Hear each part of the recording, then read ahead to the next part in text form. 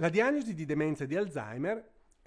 diagnostic de démence de Alzheimer est relativement facile, du moins pour des médecins spécialistes experts, lorsque le patient se trouve déjà au stade de l'handicap, c'est-à-dire quand il a déjà des difficultés à effectuer les activités de tous les jours.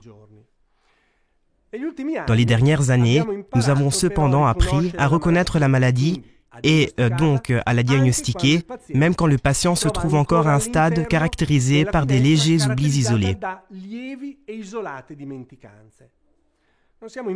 Alors que nous ne sommes pas encore en mesure de diagnostiquer la maladie quand la personne ne présente encore aucun trouble cognitif ou de la mémoire. Les examens qui permettent de diagnostiquer la maladie d'Alzheimer au stade des légers oublis vont rechercher les soi-disant marqueurs de maladie, qui sont les signes qui accompagnent l'accumulation de bêta-amyloïdes dans le cerveau.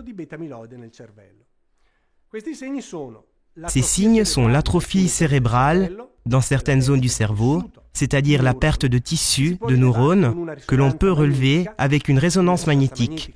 Une résonance magnétique spécifique, non pas la résonance magnétique de routine, mais celle que l'on appelle résonance magnétique à haute définition. Cet instrument permet de mesurer le volume d'une structure spécifique du cerveau concernée par la mémoire, nommée hippocampe, et d'estimer si cette structure est saine ou endommagée.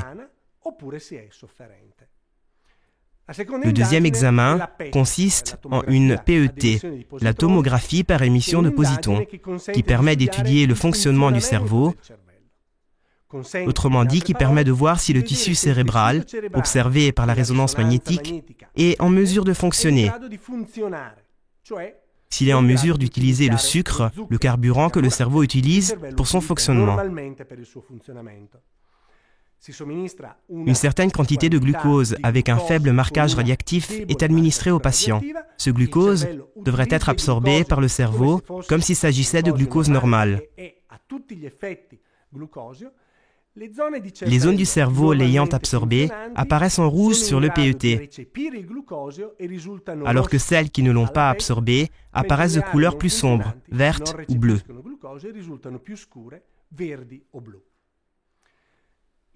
La troisième méthode consiste à prélever, par piqûre lombaire, 2 protéines dans le liquide céphalorachidien, afin de les analyser.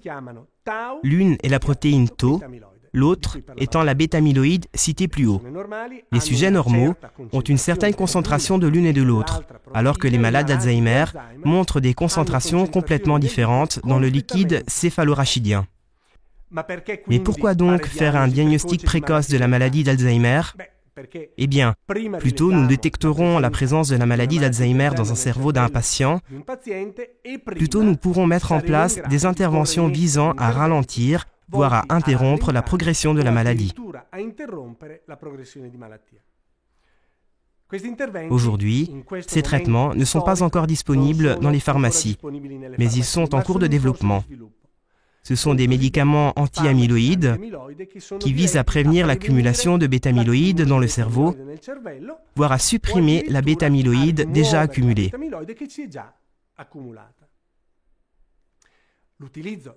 L'utilisation de ces médicaments devrait, en théorie, maintenir le patient au stade des troubles de la mémoire légers sans handicap, qui correspond à une qualité de vie acceptable.